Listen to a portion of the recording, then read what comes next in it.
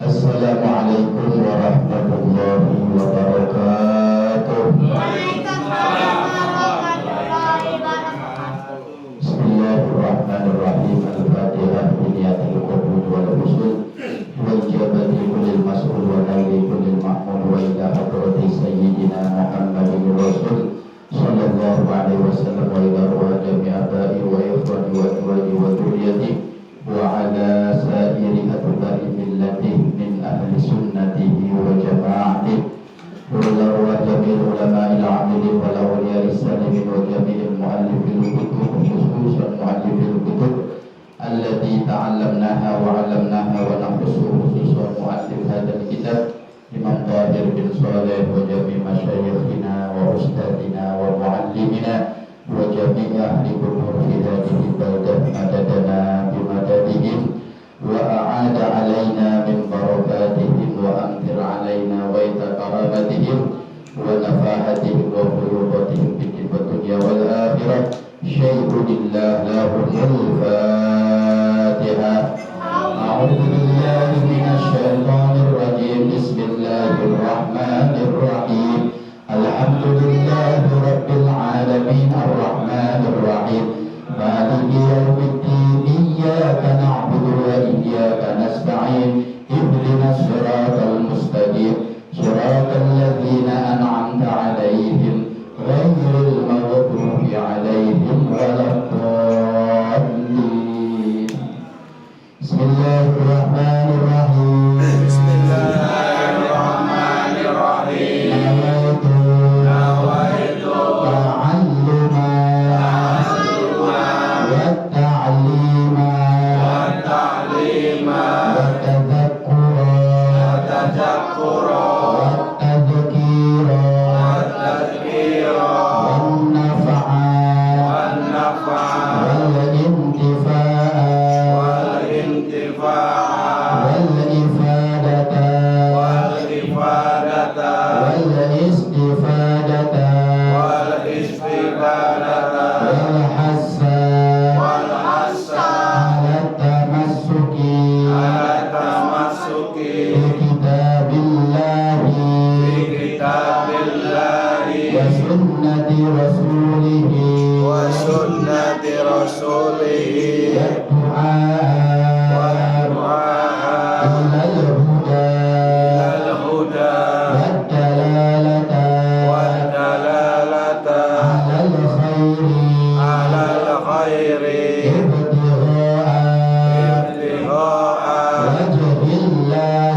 wajhillahi wa mardatihi wa sawabihi wa qurbihi wa husnil khatimah. Bismillahirrahmanirrahim.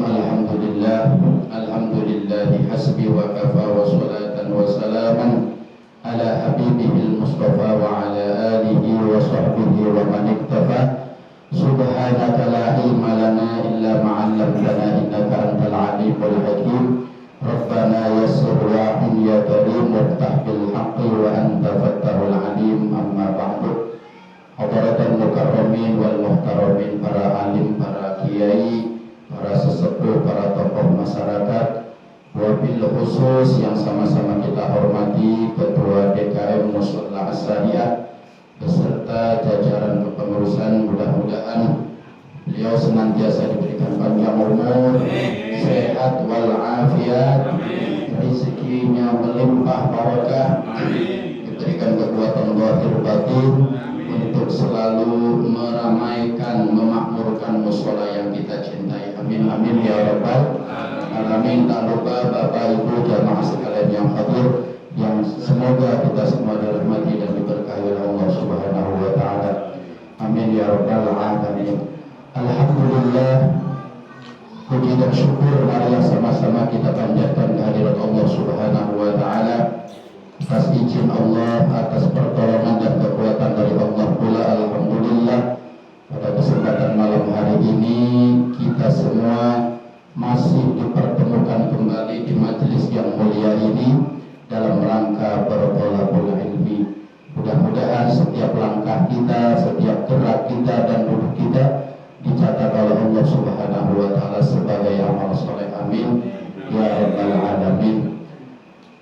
Jamaah sekalian, alhamdulillah tidak henti pula kita sampaikan kepada Allah karena dengan izin Allah pula ya kita diberikan kemudahan berkumpul di majelis ilmu ini, majelis yang dikatakan oleh Imam Syamsuddin Amrulli. Kata Imam Syamsuddin Amrulli, "Idza ra'aita min nafsika annallaha aqamaka fi talabil ilmi." Kata beliau, kalau kita melihat diri kita ini digiring oleh Allah, ditempatkan oleh Allah di majelis ilmu. Jadi kalau Bapak melihat malam ini kok ditakdirkan datang ke majelis ilmu, aqamakallahu fi talabil ilmi, ditempatkan oleh Allah di majelis-majelis ilmu. Padahal banyak acara yang bentrok misalnya. Pada maghrib ini banyak acara yang bentrok, mau acara A, acara B, tapi oleh Allah digerakkannya hadir ke majelis ilmu. Kata Syekh Samsudin Ar-Ramli, "Kana dzalika dalilan ala anna Allah arada bika khairan." Itu kalau kita digerakkan datang ke majelis ilmu di tengah-tengah kesibukan kita, itu dalil, itu petunjuk, itu tanda dari Allah bahwa kita ini dikehendaki oleh Allah menjadi orang yang baik, orang yang soleh-soleha.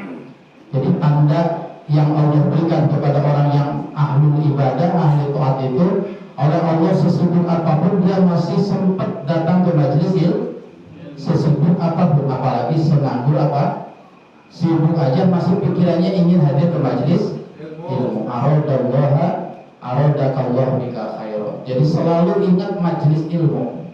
Jadi itu tanda orang-orang yang mau dijadikan hamba yang soleh, yang taat, yang ahli kebaikan. Nah, nanti ahli kebaikan ini, ketaatan ini sama seperti keburukan, Bapak Ibu sekalian ya. Taat, maksiat, dua-duanya memberikan dampak kepada hidup kita. Jadi yang kita lakukan dosa itu, Bapak Ibu, ada dampak, nanti ada pengaruh kepada kehidupan kita. Makanya dikatakan oleh para ulama, innalil hasanati asaron walis sayyiati asaron. Jadi kebaikan ada efeknya, keburukan juga ada efeknya, ada dampaknya. Jangan-jangan kualitas hidup kita yang begini-begini saja gitu Pak ya. Perasaan tahun kemarin begini, tahun sekarang begini, tahun depan udah nebak pasti begini lagi kita nih. Gak ada peningkatan perasaan gitu Pak ya. Ibadahnya gak ada peningkatan, kualitas yang lainnya biasa-biasa saja. Ini dampak dari apa yang kita lakukan, apa itu keburukan, apa itu kebaikan. Nah, kata sahabat Abdullah bin Abbas, ada pengaruh kebaikan kepada hidup kita. Innalil hasanati diya'an fil wajhi. Salah satu dampak dari taat yang kita lakukan kepada Allah, kebaikan yang kita lakukan kepada Allah, termasuk hadir ke majelis ilmu itu apa? Oleh Allah nanti dikasih namanya diya'an fil wajhi. Wajahnya itu menyenangkan. Jadi nggak tahu menyenangkan kayak kalau lihat Bapak ya. Jadi lihat orangnya sih nggak ganteng-ganteng amat gitu. Ada pada Pak ya, melihat orang ganteng enggak, mukanya enggak glowing gitu Pak ya. Pas-pasan bahasa ininya, bahasa aslinya sih. Tapi kok seneng melihat wajahnya tuh Pak ya. Seneng, adem, teduh gitu kan. Ngerasa masalah itu hilang gitu kan. Jadi orang-orang yang ahli taat, ahli ibadah itu oleh Allah dihadirkan wajahnya itu menenteramkan, menenangkan. Kita kalau lihat para habaib, para ulama-ulama soleh berjam-jam itu nggak bosan duduk di samping beliau. Karena ada dia namanya, dia kan fil wajh, ada sinar, ada aura yang Allah berikan kepada orang-orang soleh. Jadi ada malam di mana mereka tidak ada komunikasi kecuali dengan Allah. Nur Allah itu nanti sedikit-sedikit meresap pada diri. Dia anfil wajib itu dampak dari kesolehan ketaatan yang dirasakan di dunia. Yang kedua kata Abdullah bin Abbas, bukan hanya itu yang didapatkan oleh ahli taat, tapi ada lagi namanya wasi'atan fir rizki. Wasi'atan fir rizki ini dicukupkan rezekinya. Ya bukan dikayakan. Karena kaya itu belum tentu masak kurang saja masih banyak.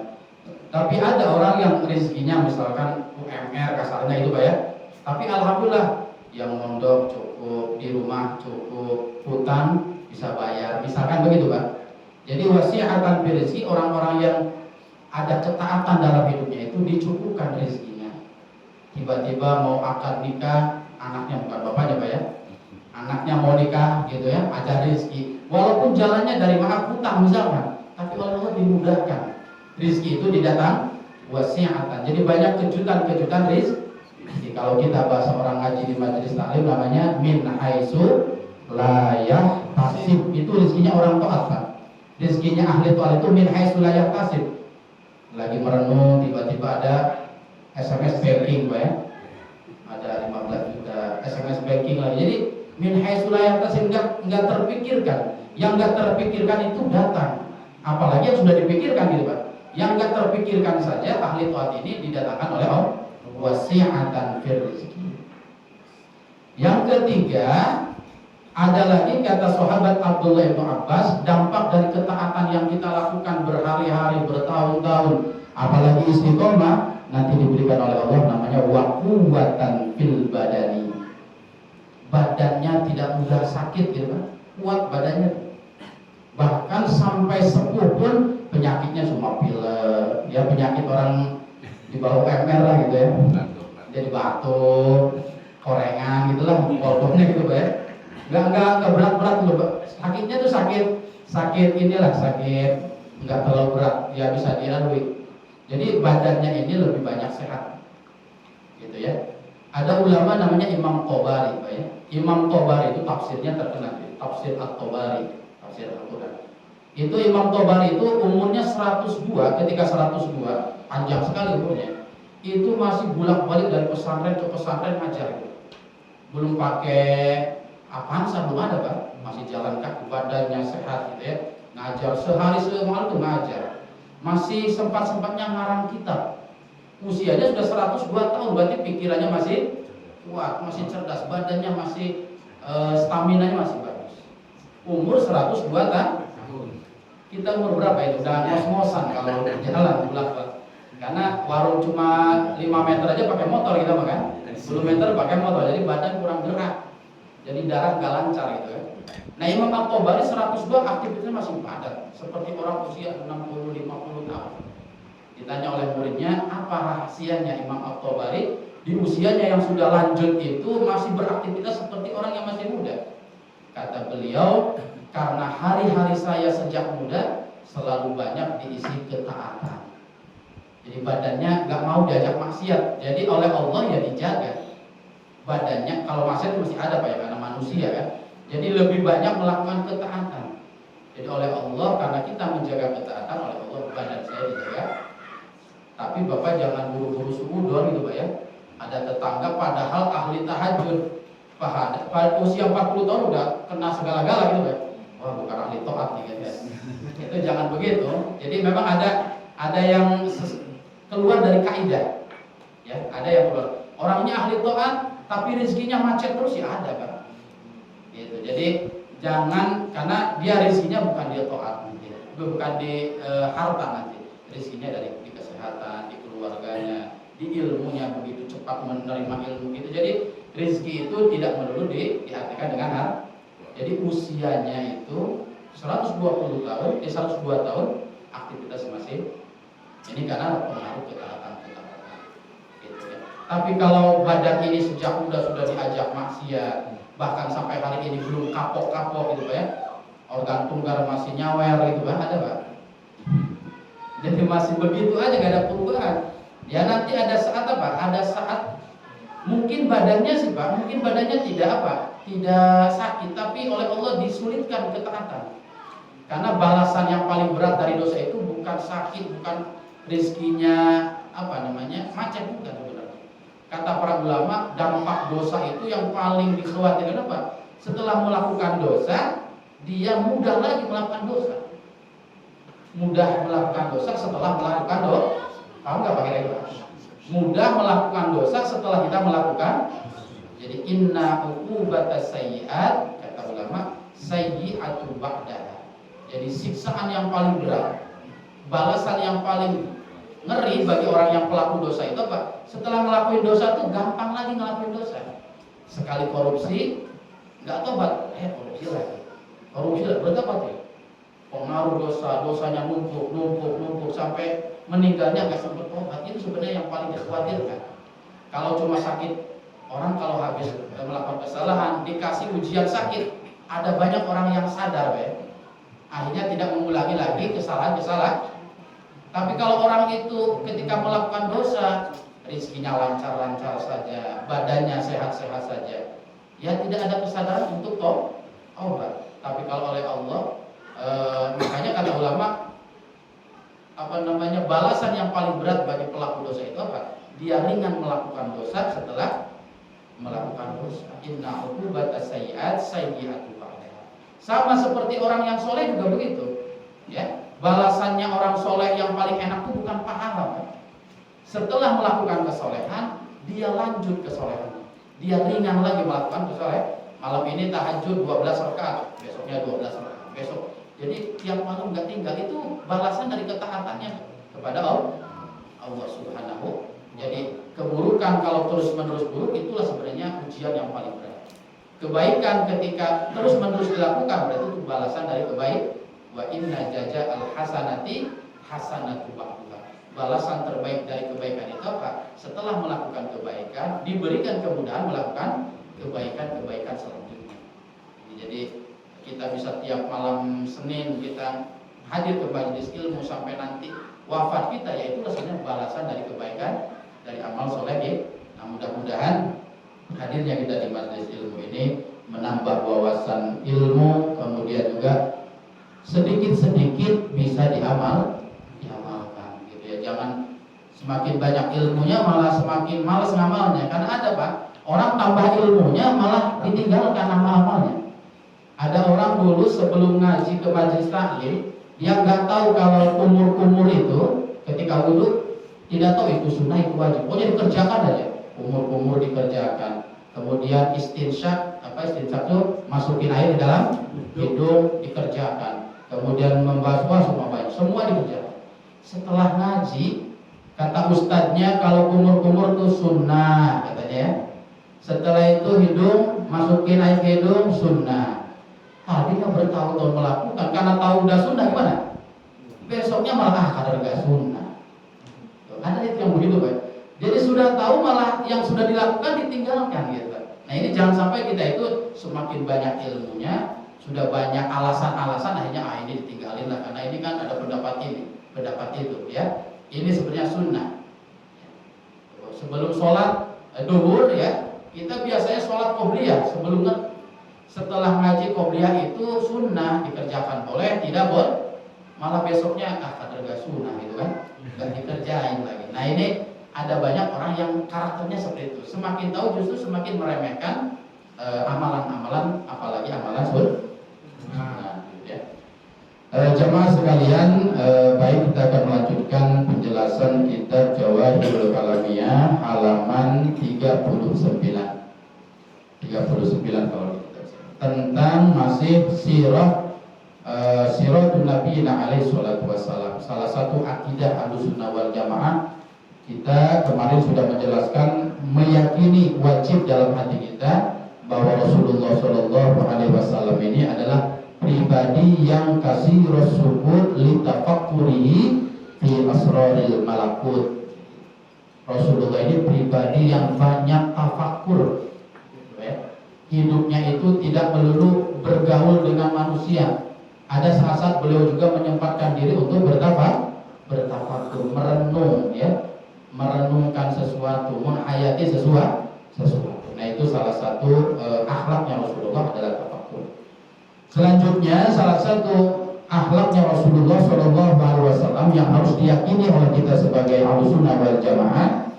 Di sini dikatakan wa idza takallama ata bi jawami'il kalim. Nah ini salah satu sifat Rasulullah yang bisa kita tiru atau mungkin bisa kita tiru. Wa idza takallama, ketika Rasulullah berbicara, takallam ata bi jawami'il kalim, beliau berbicara dengan jawami'il kalim. Jadi Rasulullah itu kalau berbicara gaya ngomongnya jawami'il kalim. Apa itu jawami'il kalim? Kata Imam Az-Zuhri, dijelaskan di beberapa kitab. Jawami'ul kalim itu ada kelanjutannya, wahia. Ini pendapatnya Imam Az-Zuhri. Jawami'ul kalim itu wahia kalimatun qalilatun, ucapannya sedikit, ucapannya ringkas, allati tatadammanu ma'aniyan katsiran, tapi maknanya luas. Nah ini ya. Ini kalau kita ingin tahu bagaimana Rasulullah dulu berbicara dengan para sahabatnya, dengan istrinya, dengan cucunya, dengan menantunya, Rasulullah itu kalau ngomong namanya jawami'ul kalim. Jawami'ul kalim. Kalau ngomong tuh kalimatnya ringkas, maknanya luas. Nah itu ya. Itu gaya bahasa ngobrolnya Rasulullah SAW. Jadi tidak bertele-tele. Karena kalau bertele-tele itu mumet gitu kan. Yang ngomongnya keder, yang mendengarkannya mumet nanti. Mutar-mutar gak nyampe-nyampe kan. Jadi Rasulullah itu jawami'il kalim. Jadi kalau ada permasalahan di tengah-tengah umat, Rasulullah itu mempermudah ya. Mempermudah jawaban. Ringkas tapi umat ini bisa menghukumi sendiri. Jadi umat itu gak dituntun terus, bisa berpikir sendiri. Ada sahabat namanya Abu Musa Al-Asy'ari ya.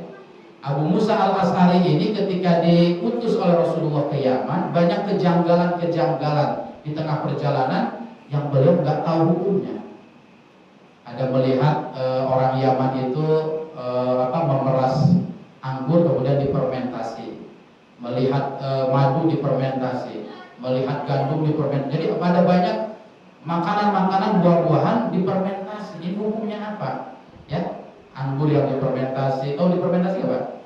Gitu ya, yang akhirnya jadi anggur nanti kan dikemas itu ditaruh di mana sampai berhari-hari, berbulan-bulan gitu kan. Nah ini sahabat Abu Musa Al-Asy'ari kebingungan ini. Ini hukumnya apa? Air anggur yang ditaruh sampai lama gitu ya, sampai nanti memabukkan, misalkan madu yang ditaruh sampai lama. Akhirnya setelah pulang bertemu dengan Rasulullah, bertanya Rasulullah kalau hukumnya yang difermentasi itu seperti apa? Apa itu kalau diminum? Kata Rasulullah tidak menjelaskan detail. Rasulullah tidak, hukumnya ini begini, hukumnya ini begini. Terlalu panjang, terlalu ribet. Rasulullah cuma mengatakan 3 kalimat saja. Kata beliau, wahai Abu Musa Al-Asy'ari, kullu muskirin haram. Begitu aja. Kullu muskirin haram. Setiap apapun itu yang ada unsur muskir, memabukkan, haram, sudah dilarang. Fermentasi anggur kalau memabukkan haram. Fermentasi madu misalkan difermentasi terus diminum memabukkan haram. Apapun yang ada nilai muskir itu haram. Sahabat nggak perlu bertanya terus-terusan. Ketika ada kejadian orang minum misalkan sampai mabuk walaupun datiannya tidak haram itu Pak ya. Misalkan ada orang kita di sini dulu mah kalau lagi kecil makan kecubung Pak ya. Kecubung itu kan kalau makannya satu mungkin nggak mabuk Pak ya. Tapi kalau makannya sampai banyak ya lumayan. Ngeplay katanya ya. Gitu. Udah pikiran udah kemana-mana gitu.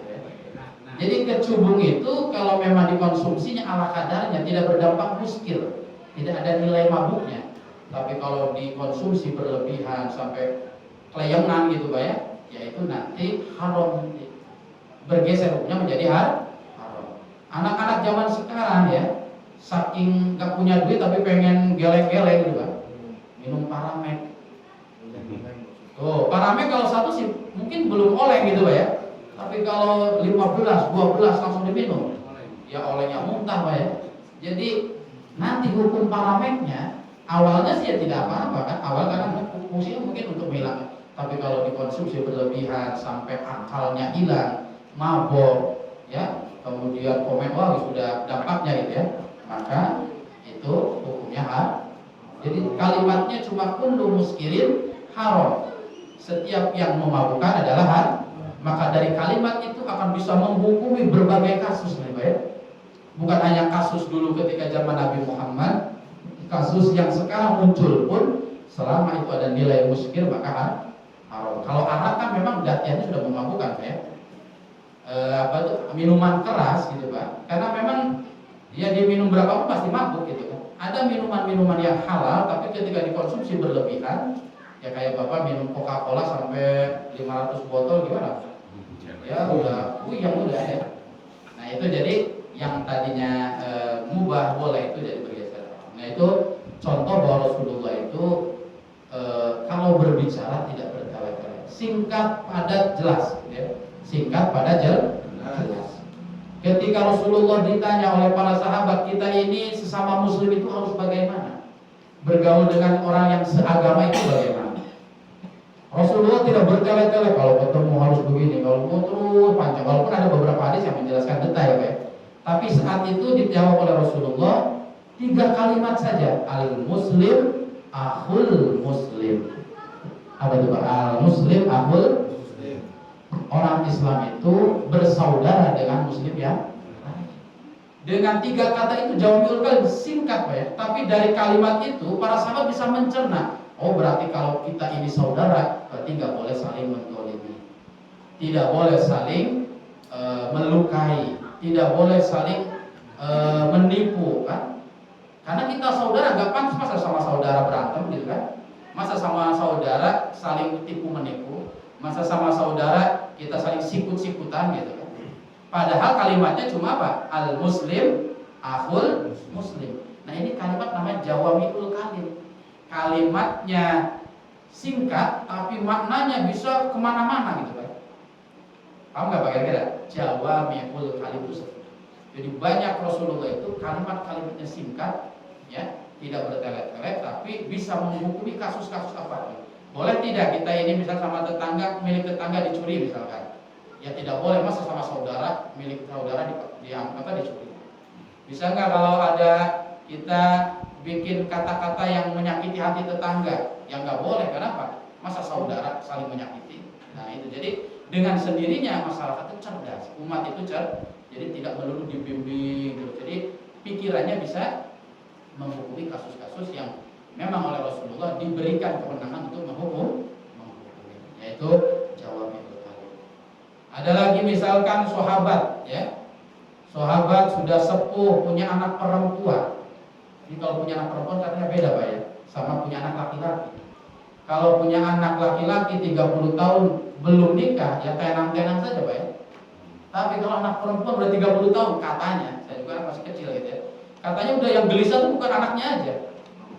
Ya itu kayak itu ya. Jadi bapaknya udah puyang ini 30 tahun udah PT katanya ya, perawan apa tua gitu ya. Jadi ada istilah begitu. Jadi bingung ya itu ya. Jadi ada salah seorang sahabat Nabi datang kepada Rasulullah, saya ini bingung punya anak perempuan itu nanti dinikahkan sama lelaki seperti apa?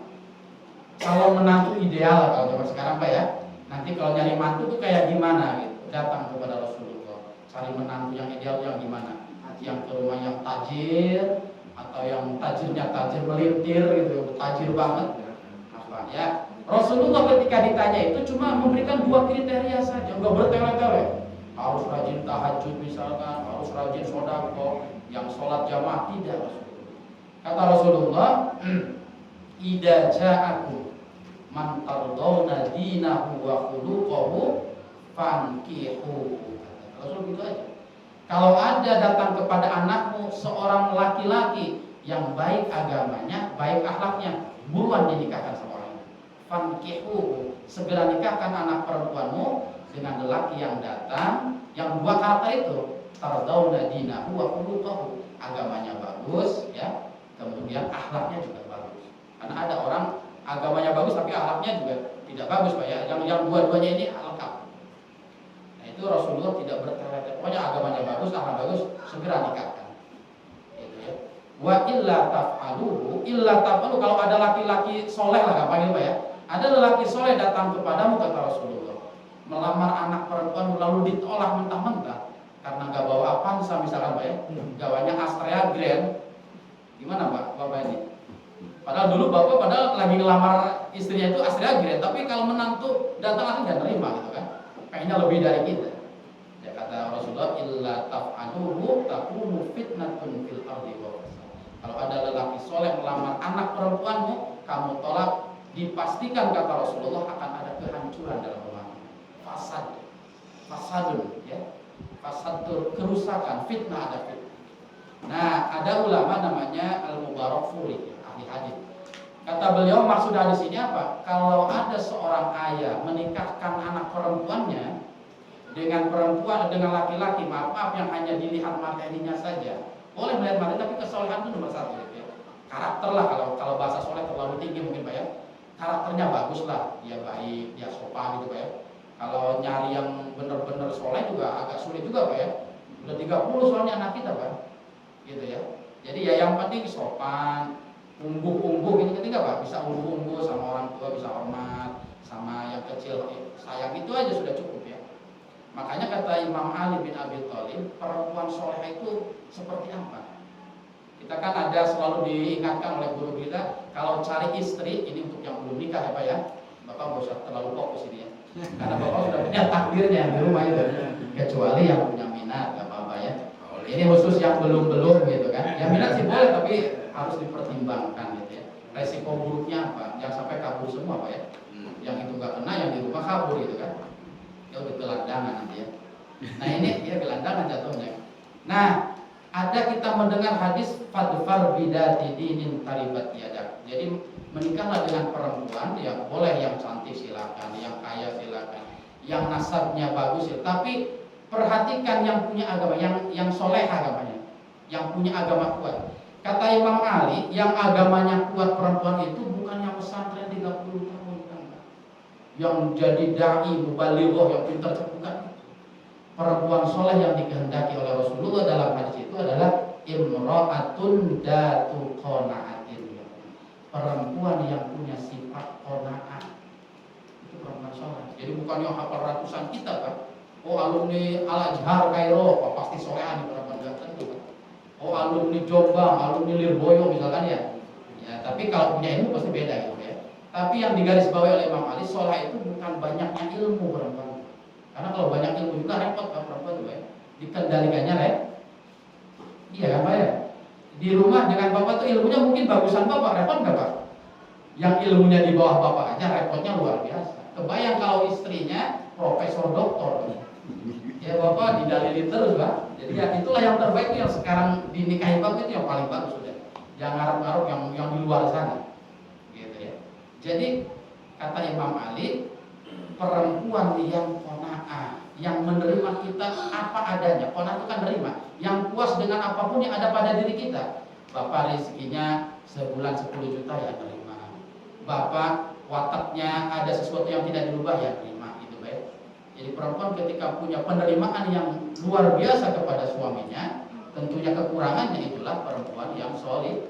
Cari yang begitu. Kira-kira ada nggak Pak? Masih ada nggak Pak? Masih ada, tapi mungkin nggak banyak gitu kan.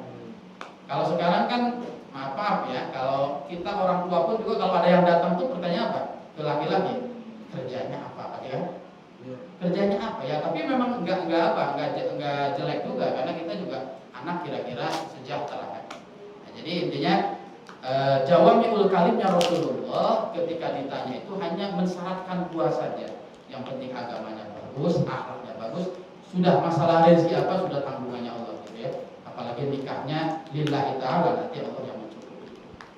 Tapi dalam kasus-kasus tertentu Pak ya, akhirnya muncul pertanyaan, boleh tidak menolak lelaki soleh tapi maaf ada sesuatu yang kita nggak bisa menerima. Ada lelaki soleh misalkan maaf punya penyakit yang menular Pak ya. Oh saya dengar dari tetangganya, oh dia tuh punya penyakit yang maka kalau menikah dengan anak kita terdampak anak kitanya. Maka dalam kasus itu maka boleh menolak tapi baik-baik. Jangan sebut-sebut penyakitnya Pak ya. Pokoknya saya dengan kesepakatan keluarga menolak Bapak bukan berarti tidak soleh, tapi ada hal-hal yang darurat itu tidak boleh. Jadi mentang-mentang hadisnya harus apa tuh Pak? Harus yang soleh, nggak lihat dia mau sehat mau enggak gitu ya. Mau nggak jelas gitu misalkan nasabnya misalkan Pak ya harus apa harus ada penyelidikan dulu dia sehat gitu. Karena jangan sampai menikah justru menimbulkan madarat kepada keturunan ya. Jadi pada kasus tertentu dalam kondisi darurat boleh menolak lelaki soleh yang datang hendak melamar putri-putri dan ini terjadi Pak pada zaman Rasul itu banyak orang-orang soleh melamar perempuan ditolak oleh orang tuanya banyak. Bahkan sekelas Abu Bakar Siddiq pun pernah ditolak ketika melamar. Kurang apa Abu Bakar Siddiq? Umar bin Khattab pernah melamar. Siapa yang dilamar? Putri Rasulullah, Sayyidah Fatimah. Jadi Fatimah itu jadi incerannya kaum laki-laki soleh gitu ya, karena anak Rasulullah. Jadi orang tuh ingin banget jadi menantu Rasulullah, ingin menjadi bagian daripada apa? Dari keluarga besar Rasulullah. Datang Abu Bakar ke Rasulullah, usianya sudah 52 tahun, Pak. Abu Bakar itu datang ke rumah Rasulullah, khitbah itu melamar putrinya Sayyidah Fatimah Al-Batul, Fatimah Zahra itu ya. 52 tahun. Apa jawab Rasulullah? Enggak langsung, wah ini Abu Bakar ini orang soleh gitu kan, teman saya soleh. Enggak langsung diterima oleh Rasulullah. Jawabnya apa? Annaha shaghirah, katanya. Fatimah itu masih kecil, usianya ada yang mengatakan 15 tahun katanya, masih kecil banget Fatimah, belum layak nikah. Berarti ditolak kan Pak? Tapi alasan Rasul annaha shaghirah. Datang lagi Umar bin Khattab, usianya 42, selisih 10 tahun dengan Umar bin Khattab, dengan Abu Bakar. Melamar lagi kepada Fatimah. Kurang apa Umar bin Khattab itu ya? Dua-duanya orang soleh. Umar bin Khattab orang soleh, kemudian Abu Bakar juga orang soleh. Tapi dua-duanya ditolak oleh Rasulullah ketika dua-duanya melamar. Tapi ketika Ali bin Abi Thalib yang melamar tuh Pak, gitu ya. Ali bin Abi Thalib itu ya orang soleh, orang berilmu ya, tapi mungkin tidak kalau di materi ya paling ini kan. Tapi yang diterima adalah Ali bin Abi Thalib. Kenapa Rasulullah menolak Abu Bakar, menolak Umar bin Khattab? Karena dapat wahyu Umar dan siapa itu? Abu Bakar itu nanti akan menjadi keluarga besar dia juga. Punya putra nanti Abu Bakar namanya Siti Aisyah, yang kemudian dinikahi oleh Rasulullah. Jadi keluarga Rasulullah Abu Bakar. Nanti juga Umar bin Khattab punya putra namanya Hafsah binti Umar, dinikah lagi oleh Rasulullah. Jadi ada apa? Ada firasat kedepannya gitu ya kalau bahasa kita. Udah ada diwahyukan bahwa dua-duanya jangan dinikahkan sama apa? Jangan dinikahkan sama kedua orang. Karena dua-duanya pun nanti akan jadi, padahal solehnya luar biasa. Umar bin Khattab itu saking solehnya Umar bin Khattab, kata Rasulullah, "Lau kana nabiyyun min ba'di, lakana Umaru nabiyyan." Ya. Rasulullah hampir mirip dengan Rasulullah. Sampai-sampai Rasulullah, kalau ada kabar dari langit, setelah aku ada nabi lagi, maka yang paling layak jadi nabi adalah Umar bin Khattab. Nabi ke-26 gitu Pak ya. Ya Umar bin Khattab gitu. Karena gaya kepemimpinannya mirip Rasulullah, ketegasannya mirip Rasulullah, akhlaknya mirip Rasulullah. Kurang apa Rasulullah? Kurang apa Umar itu? Lebih-lebih Abu Bakar juga solehnya minta ampun deh. Sampai sempat ketemu malaikat Jibril, Rasulullah iseng Rasulullah nanya ya kepada malaikat Jibril, "Ya Jibril, sibli hasanatu Umar." Coba kamu bocorkan ke saya ya, di mata Allah Umar itu seperti apa? Kebaikannya seperti apa Umar itu di hadapan Allah? Karena saya tidak tahu persis Umar bin Khattab mungkin di belakang saya seperti apa. Kata Rasulullah bertanya kepada malaikat Jibril, ngobrol gitu kan ya, ngobrol malaikat Jibril. Kata Umar, kata malaikat Jibril, "Lau kanal biharu midadan wasyajaratu aqlaman lamma asaltu." Kata malaikat Jibril, kalau saya tulis kebaikannya Umar yang saya tahu dari Allah, tinta di lautan jadi tinta, kemudian ranting pohon jadi pulpen, untuk menulis kebaikannya Umar, mahasroh itu saya nggak muat gitu kan, nggak cukup itu tinta banyak. Saking apa? Saking banyaknya kebaikan Umar di hadapan Allah. Jadi tinta satu laut, ranting pohon jadi pulpen, menulis kebaikan Umar nggak cukup itu kan. Saking apa? Kurang gitu, saking banyaknya itu kan kebaikan Umar. Nanya lagi kata Rasulullah, "Sibli hasanatu Abu Bakr." Kalau Umar udah jelas, sekarang Abu Bakar kayak apa kebaikannya di mata Allah? Kata malaikat Jibril, "Umaru hasanatun Umaru hasanatun min hasanati Abi Bakr." Umar itu satu tetes kebaikan dari kebaikannya Abu Bakar sendiri. Maksudnya apa? Satu tetes. Berarti Abu Bakar lebih apa? Lebih banyak lagi. Jadi levelnya di hadapan Allah itu ya lebih banyak Abu Bakar solehnya. Tapi dua-dua orang soleh ini ditolak oleh Rasulullah lamarannya. Jadi, karena tadi ya, bahkan sendiri Rasulullah pun ditolak. Pernah ditolak Rasulullah. Beliau ini senang kepada seorang perempuan ya namanya Ummu Hani bin Abu Thalib, seorang janda. Ummu Hani bin Abu Thalib dilamar oleh Rasulullah, ditolak oleh Ummu Hani, Pak. Padahal yang datang siapa? Asraful khalqi, manusia paling mulia, akhlaknya Al-Qur'an. Ya udah sumbernya itu Rasulullah ini. Tapi oleh Ummu Hani ditolak. Kenapa Ummu Hani menolak? Kata Ummu Hani, saya ini janda banyak anak. Anaknya banyak, Bapak mau Pak? Janda banyak anak. Ya mau sama ibunya, tapi anaknya kan harus diurus Pak. Karena persyaratannya senang bapak kan, ibunya senang anaknya juga kan. Biasanya begitu Pak ya. Nah kata Ummu Hani, saya menolak Rasulullah menjadi suami saya karena khawatir Rasulullah tidak fokus mengurus anak-anak saya. Anak saya yang begitu banyak, Rasulullah kan misinya tidak hanya mengurus keluarga, mengurus umat, dakwah, nanti anaknya terlantar. Saya tidak mau seperti itu kan. Jadi silakan Rasulullah memilih perempuan lah. Nah ini karena kita ini kadang dihadapkan para orang tua tuh Pak ya, dihadapkan dengan dilema datang anak soleh, orang yang kaya yang ingin kepada anak kita. Nanti solusi agama seperti itu. Memang dahulukan yang baik agamanya, baik akhlaknya. Tetapi ketika ada sesuatu hal yang mengganjal karena ada banyak faktor, maka dalam kasus-kasus tertentu menolak lelaki soleh untuk anak kita diperbolehkan. Karena dialami oleh Rasulullah sendiri, bahkan sahabat terbaik pun Abu Bakar dan Umar pernah mengalami penolakan. Tapi harus ada alasan Pak ya, alasan yang tidak melanggar syariat. Itu jawabul kalim. Wa kana afsahan nasi bayanan. Rasulullah juga adalah seorang pribadi yang kalau ngomong itu jelasnya luar biasa. Bayanan. Jadi afsahan nas bayanan, paling pas kalau ngomong. Malah kata Siti Aisyah, tidak ada satupun orang yang mendengar ucapannya Rasulullah kecuali ada dua yang ada di hati orang itu, paham dan hafal. Jadi para sahabat itu kalau mendengarkan penjelasan Nabi, kata Siti Aisyah, ya dua, ya hafal, ya paham. Ya, kalau Bapak dari saya kan ya bingung, ya keder gitu Pak ya. Gimana ini kan? Karena beda kualitas Pak ya. Ya ada yang nyambut tapi gak banyak misalkan. Karena tidak absohnya, kualitas berbicaranya tidak seperti kualitas Rasulullah. Nah Rasulullah itu kalau berbicara, kata Siti Aisyah, selalu sahabatnya dua yang didapatkan, ya paham, ya hafal. Itu yang mukjizat juga sebenarnya, mukjizat Rasulullah SAW, karena mungkin doanya gitu kan, atau juga sentuhan tangan kepada orang-orang memegang orang itu, jadi pengaruh sekali ya kehadiran Rasulullah. Sampai-sampai ada sahabat ya, dari mulai muda itu model rambutnya aneh gitu Pak. Ada sahabat ya. Jadi kalau rambut itu dicukur pinggirnya, tapi di depannya jambul gitu Pak. Dan jambulnya sampai ke udel gitu Pak. Bayang Pak, tapi panjangnya gitu. Itu ala apa itu? Model apa gimana gitu. Jadi sahabat itu kalau dicukur pinggirnya tuh rapi gitu ya, rapi pendek. Tapi yang di depan jambul gitu, kayak jambul Pak. Dan jambulnya bukan sesenti 2 senti, sampai kemana? Dari muda sampai sepuh gitu Pak. Enggak digunting gitu.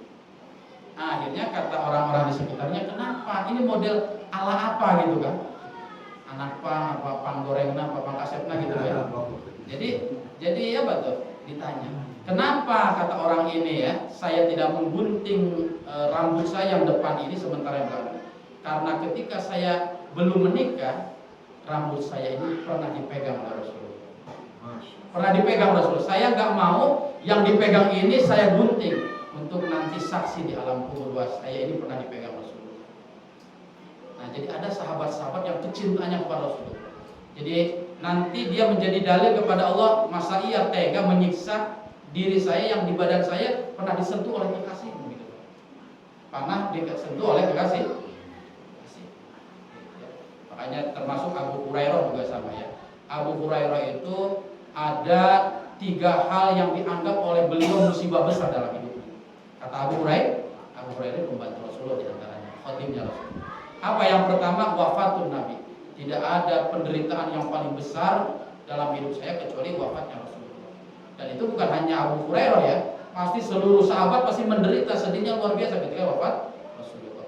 Yang kedua apa? Wafatu Utsman bin Affan. Wafatnya Utsman bin Affan. Karena setelah Utsman bin Affan wafat, fitnah itu di mana-mana. perang besar-besaran. Lebih-lebih terjadi pada masa Ali bin Abi Thalib. Ada Syiah, ada Khawarij, perang saudara. Ya. Wah, udah banyak itu. Makanya setelah wafat Utsman, yang ketiga apa? Saya itu yang paling sedih di dunianya apa? Kehilangan tas katanya. Tas? Enggak tas kayak gini. Ya tas. Coba, hilang tas bisa sedih Pak. Saya tuh paling Umar bin Khattab Utsman itu meninggal ya sudah sembuh sakitnya. Rasulullah sudah lama juga. Tapi ada lagi yang ketiga apa? Tas gitu. Tas. Kenapa tas itu menjadi sedih sekali hilang? Karena tas itu pernah dipegang oleh Rasulullah. Gitu ya. Tasnya itu pernah dipegang oleh Rasulullah.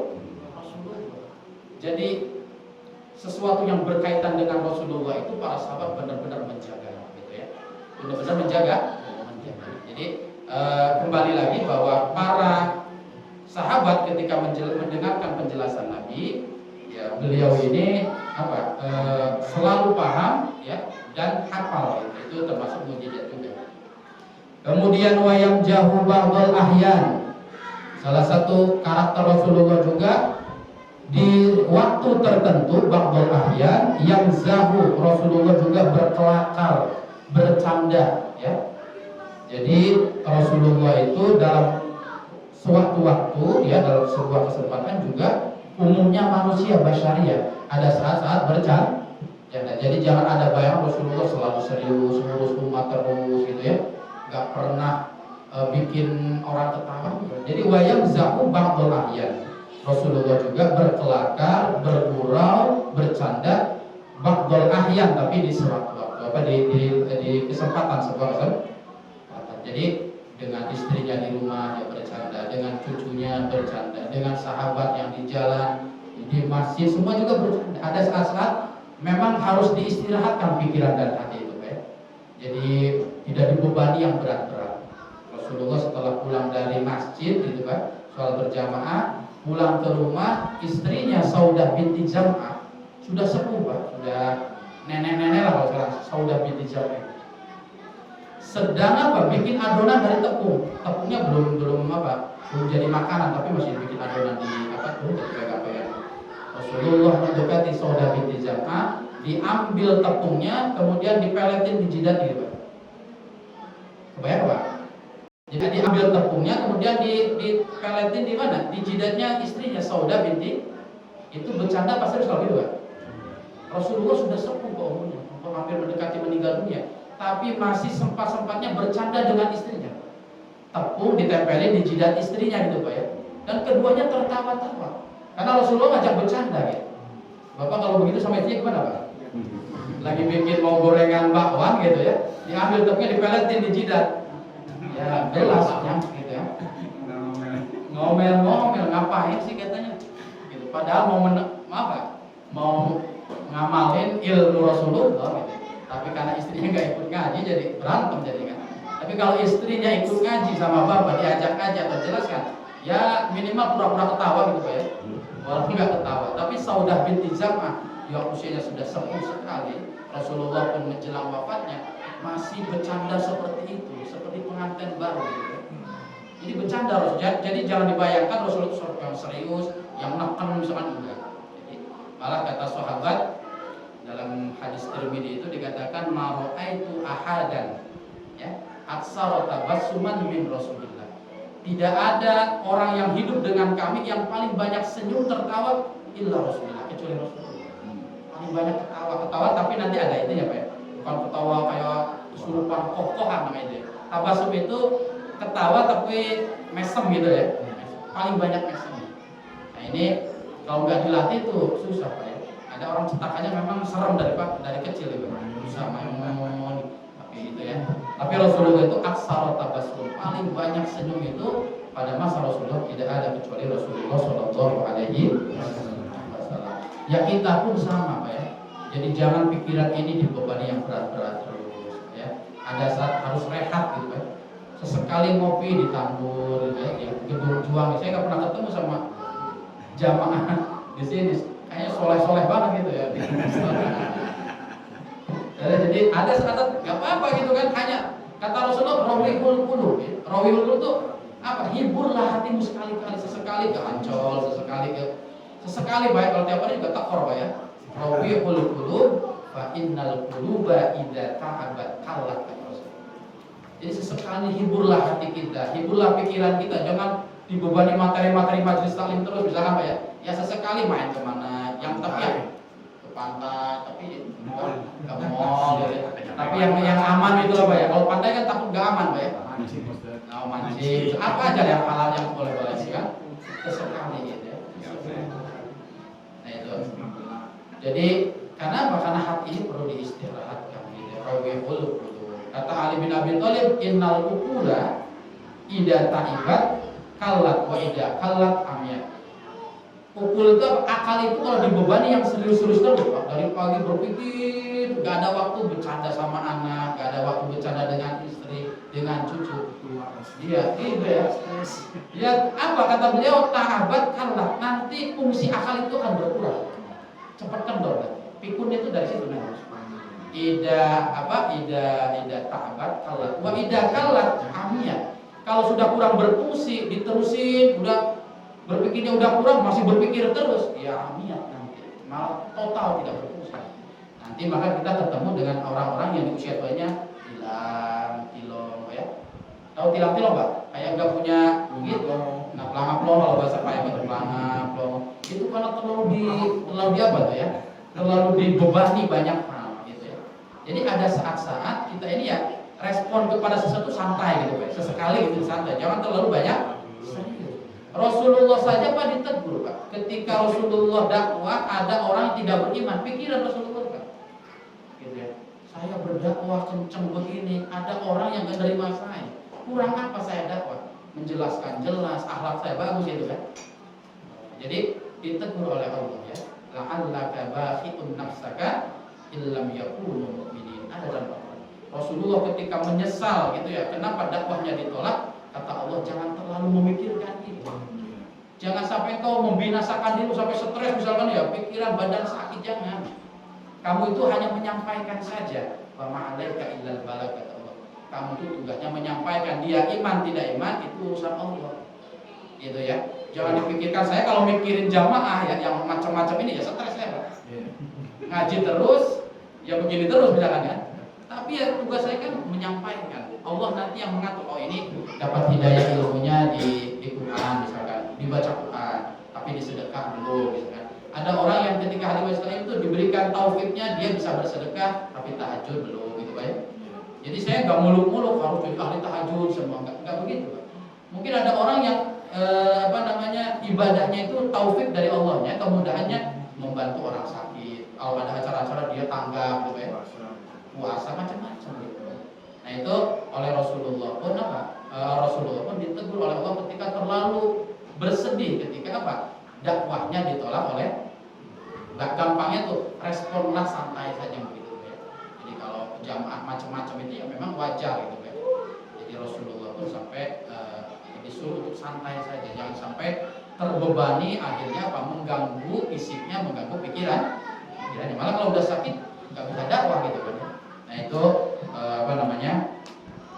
wala yaqulu fi majhihi illa haqqan. Ini yang harus digarisbawahi. Bercandanya Rasulullah, dan tentu kita ketika bercanda pun harus digarisbawahi wala yaqulu fi majhihi illa haqqan. Bercandanya tidak ada unsur bohong, yang hak. Makanya Rasulullah kalau bercanda di banyak hadis itu nggak ada yang bohong, bercanda tapi benar.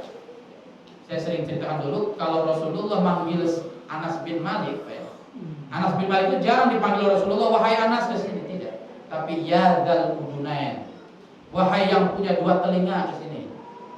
Benar enggak Pak itu? Yang punya dua telinga ke sini. Rasulullah itu kalau manggil begitu. Anasnya ketawa-ketawa Pak dipanggil gitu. Kenapa enggak manggil Anas? Manggilnya wahai yang punya dua telinga. Anas berapa telinganya Pak? Dua. Benar enggak kira-kira? Rasulullah kalau bercanda tuh gitu. Jadi membuat orang cerdas, oh iya benar itu guys. Rasulullah ketika jalan ada sahabat-sahabat itu tuh pengen apa? Dibonceng kalau naik onta sama kau. Sesekali dibonceng sama, tapi diboncengnya pakai anak onta. Saya pengen dibonceng oleh engkau, tapi ontanya anak onta gitu, jangan. Udah bisa dipanggil sahabat, didatangkan onta yang sudah sepuh sekali, udah tua sekali, udah besar. Kata Kata sahabatnya, saya itu pengen anak onta. Naik dengan engkau ya Rasulullah, dibonceng pengen naik onta. Kata Rasulullah, ini anak onta loh, bukan anak apa nih, anak kambing, bukan anak sapi. Ini onta yang saya datangkan itu anak onta. Dia kan punya ibu pasti Pak ya, punya kandung. Onta bukan? Berarti dia anak onta bukan? Jadi kata Rasulullah, ini yang didatangkan onta besar ini anak onta, ini bukan anak kuda, bukan anak ayam. Benar nggak Pak kira-kira? Bercanda, tapi benar. Itu yang bercanda yang seperti itu karakternya dibolehkan oleh Rasulullah SAW. Makanya di hadis-hadis itu dijelaskan kalau ada orang untuk bercanda sampai berbohong itu berat ya. Kata Rasulullah, "Fawailul lilladzina yuhaddits ya, fakadzabuhu liyudhikal qaum fawailullah fawailullah fawailullah." Jadi kalau ada orang demi untuk orang tertawa dia berbohong, ada orang yang apa? Yang melawak sampai berbohong supaya orang tertawa gitu Pak. Ya Pak ya. Yuhadits ngomong tapi fayak itu berbohong. Pelawak-pelawak misalkan sebenarnya dia nggak melakukan itu, tapi diceritakan seperti dia melakukan itu, hanya orang tertawa gitu. Nah itu fawailullah, neraka wel bagi mereka. Dan dikatakan bukan sekali, Rasulullah 3 kali fawailullah, fawailullah, fawailullah, neraka wel, celaka. Itu bercanda yang ada unsur bohongnya, tidak real gitu Pak ya, tidak real. Kemudian tidak boleh bercanda yang ada unsur ihtikor, merendahkan orang lain, gitu Pak ya. Kan sering gitu Pak ya, ada orang yang jadi pentokan kita kalau bercanda tuh Pak ya, yang dianya merasa terhina gitu ya. Itu tidak boleh. Jadi pokoknya karakternya itu tadi, bercanda yang diperbolehkan itu bercanda yang tidak ada unsur bohong, tidak ada unsur merendahkan orang, tidak ada unsur ida itu menyakiti hati orang. Rasulullah itu ya salah satu karakternya beliau itu tidak serius melulu gitu Pak ya. Sampai kalau ada orang yang kelihatannya gugup gitu Pak ya, gugup terus panik kalau ketemu Rasulullah karena jarang ketemu Rasulullah gitu ya. Ada seorang perempuan kata Siti Aisyah mau curhat kepada Rasulullah, tapi karena melihat betapa mulianya Rasulullah, ketika mau ketemu tuh udah kayak berkeringat gitu ya, udah berkeringat, udah pucat, bibirnya juga sampai memutih kata Sayyidah Aisyah, udah grogi gitu Pak ya. Nah kata Rasulullah, bagaimana ketika ada melihat gelagat perempuan yang sudah grogi padahal dia itu pengen sekali curhat? Kata Rasulullah, ya miskina alaika bisakinah fa inna ummi taqulul qadim. Udah jangan takut sama saya, udah sini jangan takut, ibu saya juga sama kayak engkau, makan gandum dulu kayak gitu. Takul. Jadi Rasulullah itu kalau ada orang yang panik-panik itu langsung kalau Rasulullah itu diberberahkan gitu ya, kalau langsung dirangkul gitu, gak usah takut sama saya, tenang saja sama saya, ada urusan apa. Jadi dia menyamakan dirinya dengan ibunya, ibu saya itu orang biasa Pak ya, jadi engkau ini sama seperti ibu saya, anggap saya sebagai anak kamu gitu. Jadi Rasulullah bagaimana caranya orang-orang itu tidak sungkan kepada beliau, tidak kaku kepada beliau, jadi dipermudah. Jangan sampai kehadiran tokoh-tokoh agama ini kita jadi takut gitu. Akhirnya mau nanya hukum mikir-mikir dulu. Kalau nanya ke dia tuh takut disekak seter nantinya ya. Itu misalkan. Jadi kita kalau ini harus ya seperti orang tua juga, jangan sampai anak itu mencari jawaban itu kepada orang lain gitu. Kira-kira orang tua ini ya tempat bertanya, tempat mengadu, tempat sedih kepada orang tua. Karena orang tua di keluarganya itu galak gitu, kalau nanya langsung disentak, ya anak itu nyari di luar kan. Anak nurutnya sama orangnya di luar. Mending kalau yang di luarnya orang soleh, kalau orang jahat, ya nurutnya sama orang jahat. Karena salahnya kita sendiri di rumah tidak memberikan peluang kepada anak untuk bertanya, untuk mengeluh, untuk curhat misalkan dan lain sebagainya. Itu jadi ada tiga yang kita pelajari hari ini, bahwa salah satu akhlak Rasulullah SAW itu kalau berbicara jawami'ul kalim, tidak bertele-tele, kalimatnya singkat, padat dan jelas. Yang kedua, bayan, dia punya bayan itu punya kemampuan menjelaskan sebaik-baiknya. Yang ketiga, Rasulullah dalam setiap kesempatan, ya di setiap kesempatan selalu ada humor-humor gitu ya, selalu ada bercandaan-bercandaan yang bercandaannya tidak menurunkan derajat Rasul, karena bercandanya tidak ada unsur bohong, bercandanya tidak ada unsur menghina, merendahkan, dan tidak ada unsur menyakiti hati para sahabat. Nah, ini akhlak Rasulullah ini insya Allah ada beberapa yang bisa kita tiru. Amin ya Rabbal alamin. Itu barangkali yang bisa disampaikan sebelum ditutup. Barangkali ada yang Ustaz, ini Ustaz, kalau para nabi dan rasul Allah kasih kelebihan berupa mukjizat sekian. Terus untuk para pewarisnya, para alim ulama mungkin dikasih karomah. Yang mau saya tanya dulu Ustaz, ada hadis Nabi yang artinya seperti Ustaz, firasat orang mukmin itu bagian dari kenabian Ustaz. Itu bukan Ustaz. Yang pertama Ustaz. Yang kedua gini Ustaz, ada hadis Nabi juga yang artinya seperti ini. Kalau kita mendatangi orang pintar atau dukun Ustaz, itu amal ibadah kita selama 40 hari itu tertolak. Jadi gini Ustaz, jadi orang pintar itu banyak bekerja, ada dukun seperti itu. Yang kedua, fenomena indigo Ustaz. Ada nggak di Al-Quran atau hadis menerangkan masalah anak indigo? Karena indigo itu kan apa ya? Jadi dia bisa meramalkan sesuatu yang belum terjadi. Jadi masalah itu apa ya? Percaya Ustaz. Kayak misalnya dulu Mama Lauren sama Ustaz kan, terus ada banyak lagi lah ini kan begitu. Itu gimana Ustaz cara Islam ya yang pertama ada hadis ya bahwa firasatul mukmin minan nubuwah ya. Jadi firasatnya orang mukmin ya. Jadi firasat itu kita memahaminya seperti apa ya? Ilham. Jadi yang di pikiran itu, pikiran dia tidak seperti pikiran orang banyak ya. Jadi firasat itu sesuatu yang pikiran yang tajam yang bisa saja kejadian gitu ya. Jadi orang misalkan firasatnya orang mukmin itu jangan ke sana misalkan ya, karena di sana ada misalkan ada sesuatu yang membahayakan. Dan memang di sana betul ada yang membahayakan. Gitu. Jadi orang-orang yang punya hubungan baik dengan Allah biasanya diberikan kelebihan-kelebihan. Di antaranya tadi ada karomah, ada maunah ya, ada juga firasat. Jadi firasatnya tajam gitu ya. Kalau melihat orang ini tuh jangan kesini aja gitu ya.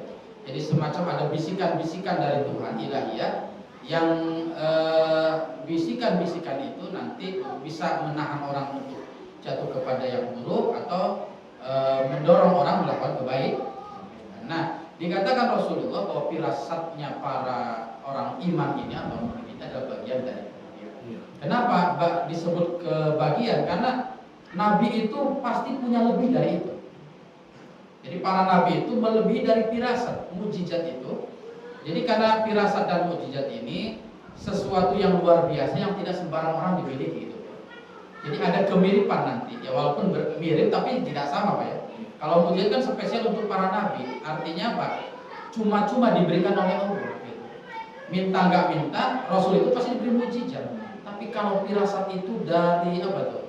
Dari riyadhah, dari tirakat, dari ibadah yang istiqomah, baru dikasih firasat. Jadi kenapa firasat itu disebut bagian daripada kenabian? Karena firasat itu bagian dari keistimewaan seperti mukjizat ya, sekalipun mendapatkannya harus ada tahapan-tahapan riyadhah. Itu ada kemiripan itu. Kemudian yang kedua tadi mendatangi orang pintar gitu ya, maka sholatnya 40 hari tidak. Nah di masyarakat itu orang pintar, kalau di hadisnya itu kahin namanya. Kahin itu kayak dukun gitu yang didatangi itu. Jadi apa namanya? Kalau di kita juga muncul orang pintar itu bukan hanya dukun Pak ya. Kiai juga kadang disebut orang pintar. Karena di masyarakat tuh Pak ya. Jadi kalau dulu orang pintar tuh pikiran kita pasti dukun gitu. Tapi sekarang ya, dan mungkin sudah lama gitu. Orang pintar juga tidak dikenai dukun, tapi orang-orang kiai-kiai hikmah, kiai ahli dzikir gitu ya. Kita juga nyebutnya kadang orang pintar. Nah dalam hadis yang dimaksud orang pintar adalah kahin ya. Kahin itu ya dukun yang tidak punya, yang secara akidah juga udah salah gitu Pak. Jadi kenapa dalam syariat Islam mendatangi kahin, mendatangi dukun itu sampai melebur ibadah atau tidak menerima? Karena di dalamnya itu ada nilai-nilai meniadakan Tuhan. Jadi orang-orang kahin itu biasanya Pak ya, udah nggak melibatkan Allah, dia mengaku bahwa dirinya gitu kan. Beda dengan yang orang pinternya kiai Pak ya. Kalau kiai itu ngasih wiridan, ngasih dikir itu selalu ada iming-iming semuanya yang menentukan Allah. Tauhidnya masih ada gitu Pak. Jadi melibatkan Allah, menegaskan bahwa yang mensukseskan nanti Allah, yang menggagalkan nanti Allah. Jadi ketika kita ini gagal misalkan dengan wiridan itu, kita sadar ya Allah yang menggagalkan, bukan wiridannya ini. Gitu ya. Jadi kalau orang pinternya kiai itu masih tauhid kita masih terjaga gitu. Tapi kalau kahin meniadakan Allah, bahwa kamu bisa laris karena cincin ini, kamu bisa maju karirnya karena kamu bawa sabuk ini. Jadi tidak ada Tuhan, makanya berat resikonya sampai ibadah pun tidak diterima gitu ya. Itu karena beratnya kahin itu akhirnya dampaknya kepada sholat yang tidak karena beratnya itu, karena beratnya apa? Meniadakan Tuhan dalam ikhtiarnya itu. Itu yang kedua ya. Kemudian tadi apa? Indigo. Indigo itu berarti punya indera keenam gitu ya. Ada indera keenam. Sebenarnya sih kalau ada yang punya indigo itu, punya kemampuan itu sebenarnya ya di para nabi itu banyak ya, di para nabi gitu. Kayak Nabi Khidir itu ya. Nabi Khidir itu beliau ini tahu gitu ya. Tahu bahwa anak ini nanti akan celaka gitu kan. Akhirnya dibunuh gitu kan. Itu hampir mirip. Kalau secara tes indigo sih mungkin ya saya belum menemukan gitu ya teksnya secara ini. Tapi yang mirip-mirip dengan punya kemampuan nerawang gitu kan. Melihat, merawang sesuatu itu ya ditemukan di surat Al-Kahfi itu. Ya, kisah bagaimana Nabi Allah Khidir bisa menjelaskan kepada melakukan sesuatu yang Nabi Musa saja kebingungan gitu. Itu kan punya indera yang keenam itu kan, anak kecil dibunuh gitu. Apa salahnya anak kecil kan? Karena dalam penglihatan batinnya Nabi Allah Khidir, anak ini nanti setelah besar ya akan menyusahkan orang tuanya karena akan kafir, akan musyrik. Daripada nanti menyusahkan orang tua musyrik, mendingan dari kecil dibunuh saja. Nah, ini kalau syariat sih memang tidak memperbolehkan Pak ya. Makanya ilmunya jangan pakai syariat Pak. Kalau syariat membunuh pasti nggak boleh Pak ya. Nanti pakainya ilmu hakikat. Jadi itulah pentingnya kita belajar itu begitu. Jadi indigo kalau secara apa namanya, secara teksnya saya tidak menemukan, tapi ada yang mirip-mirip itu ya. Ada beberapa hamba Allah, nah para nabi itu diberikan kemampuan bisa menerawang lah gitu ya, bisa melihat sesuatu yang umumnya orang tidak kelihatan. Itu ya. Ya mungkin para ulama juga banyak gitu ya, punya keahlian melihat yang orang lain tidak bisa melihat. Ya, terus sejorane winara gitu ya. Nah, itu ada. Jadi kalau tes Al-Qur'annya ya hampir mirip dengan surat Al-Kahfi. Yang lain ada kan?